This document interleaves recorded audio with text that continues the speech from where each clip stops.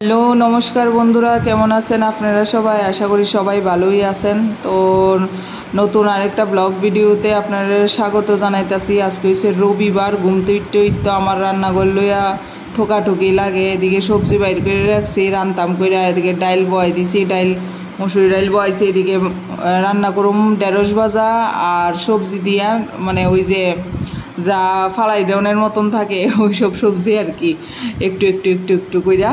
তো ওই সব সবজি দিয়া করুম ডাইলটা। তো গড় তো শুধু খাইব গুরুজি, আর আমরা মা মায়া জামুগা আজকে আমার বাবার বাড়িত।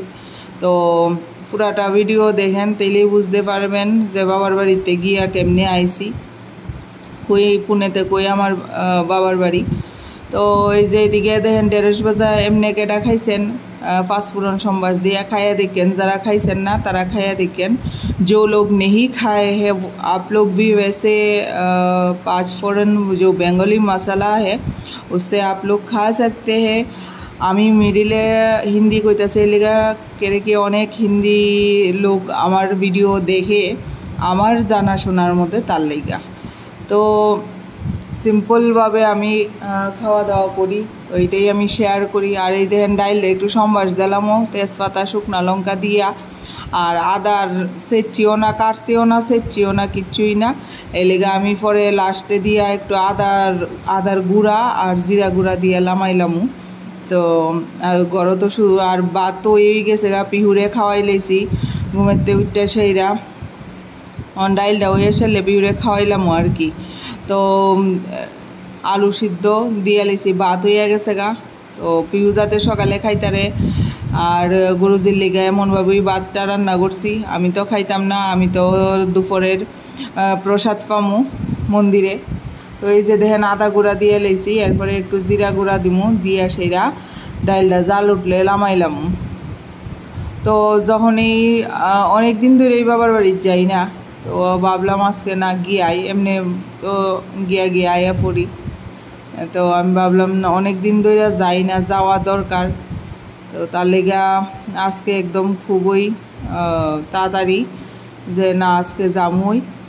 আর এদিকে তাড়াতাড়ি করে সেটা এই যে ঢেঁড়সটি ভাজা করে লেতেছি, এদিকে পিহুন ডাইল লামাই লিছি, লামাই এরপরে এদিকে পিহুর লেগে লইয়া ওলাইছি, ভাত আর আলু সিদ্ধ লইয়া লইছি, ডাইল লইছি। এরপরে খাইয়া সেইরা তাই লিয়া যেতেছে গা। তাই বাবা সুইমিং পুলে, বেলা বাজে 9টা, তখন সুইমিং পুলে যাইব 9:30 বাজে। তো এখন সুইমিং পুলে গিয়ে বাপ মায়ের সুইমিং করব, কেউই সুইমিং পারে না। তো এটাই আরেকটা ডর। তো যাই হোক, সুইমিং পুলে তো সোসাইটির যেহেতু এরকম থাকে না, তো হাঁটাই যায়, তাও যারা না পারে তার লেগে তো ডর। সুইমিং পুলে আইসে, এরপরে দিয়ে স্নান টান করে পূজা টুজা দিয়ে আমিও রেডি হয়েছি গা। এই যে দেখেন আমার মায়া আজকে চুটকি বানছে। তো আয়া পড়লাম ফাইনালি বাবার বাড়িতে আয়া দেখি এই যে সৎসঙ্গ আরম্ভ হয়েছে গা। তো এটাই আমার বাবার বাড়ি। সবাই ভাবতেছিলেন যে কীভাবে আজকেও হয়তো ত্রিপুরা গেছি গা। না, আমার ত্রিপুরা কোন আর যেই কোন আমার মা বাবার যেটাই আমি শেয়ার করি সব কিছু এইখানেই। যখনই মন খারাপ লাগে তখনই আমি এসে আমার পরম পিতা, আমার বাবা কোন যাই কোন, তাইয়ের কাছে শেয়ার করি সব কিছু। তো অনেক দিন ধরে আইতাছিলাম না। তো সৎসঙ্গ শেষ হওয়ার পরে এই যে দেখেন প্রসাদের পাওয়ার লেগে সবাই বইছে।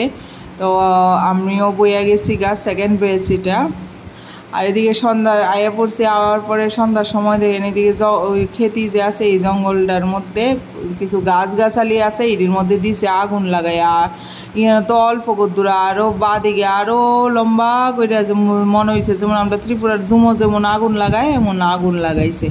তো তখন বাজে সন্ধ্যা 7:30 বাজে। তখন আমি সন্ধ্যাবাতি পূজা দিয়েছি, মাত্র সন্ধ্যা হয়েছে। তো এরপরে রেডি হয়েছি গা আমি। আজকে তো রবিবার, বাজার, তো আজকে যাবো একটু বাঙালি বাজার। বাঙালি একজনই এখানে, 1-2জনই থাকে। রেডি হয়েছে গা। আর ওই যে তাই নিয়ে রেডি হয়েছে গা চুটকি বান্ধা, জামা পইরা সেরে তাই নিয়ে এই জামা পইরা যাইব। এরপরে ভাগ্যবালা, মানে বিপদ থেকে বাঁচছি একটু গেলে গা। টায়ার গেছে পাংচার হইয়া খালি স্কুটিতে উঠছিলাম আর